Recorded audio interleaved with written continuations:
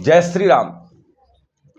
हम अपने घर के मंदिर में पूजा करते हैं। आप ध्यान दीजिए, क्या पूजा स्थल पर, पूजा के मंदिर में ये वास्तु दोष हैं? और पूजा करते समय इन विशेष बातों का आप ध्यान दीजिए। यदि आपके घर के मंदिर में ये वास्तु दोष है तो आप ही नहीं, पूरा परिवार हमेशा परेशानियों से घिरा रहेगा। घर में एक से अधिक गणपति का होना, घर के मंदिर में एक से ज्यादा गणपति की स्थापना का होना, शिलाखंड पाषाण की मूर्ति का होना, घर के मंदिर में एक से ज्यादा गणेश जी के विग्रह चित्र का होना। आप देखिए कि क्या पूजा स्थल पर एक से ज्यादा गणपति आपने स्थापित कर रखे हैं।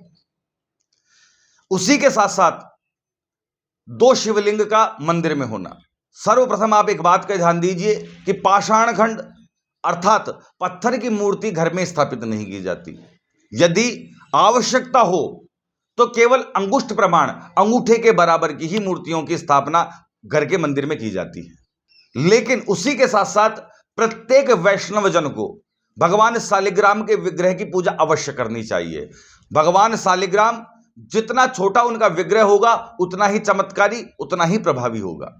भगवान की पूजा करते समय कुशा की पवित्री अवश्य धारण करनी चाहिए। यदि कुशा उपलब्ध नहीं हो तो स्वर्ण मुद्रिका अर्थात सोने की अंगूठी पहनकर ही भगवान की पूजा करनी चाहिए। पूजा करते समय अक्षत अर्थात चावल साबुत होने चाहिए।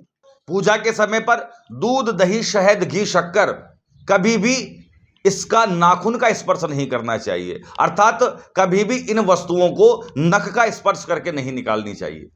आजकल पूजा में माता बहनें तांबे के रामझारे में दही, दूध आदि डालकर भगवान शिव का अभिषेक करती हैं।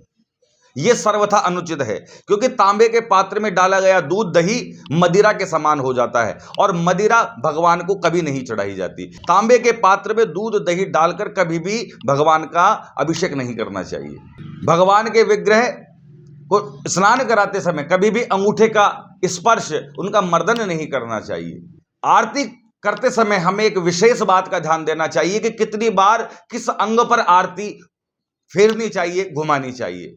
भगवान के विग्रह पर सबसे पहले चरणों से ही आरती प्रारंभ की जाती है। भगवान के चरणों में 4 बार आरती फेरें।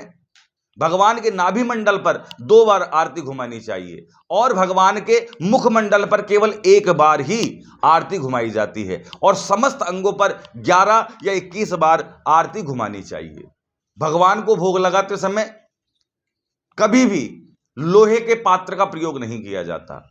स्टील भी लोहे में ही गिना जाता है। तो जब भी आप स्टील के बर्तन में भोजन भगवान को अर्पण करें, उससे पहले उसमें पुष्प कलिकाएं अर्थात पंखुड़ियां बिछानी चाहिए। तत्पश्चात ही भगवान को नैवेद्य या भोग लगाना चाहिए। तिलक करते समय वस्त्र या सिर पर हाथ रखकर ही तिलक कराना चाहिए या करना चाहिए।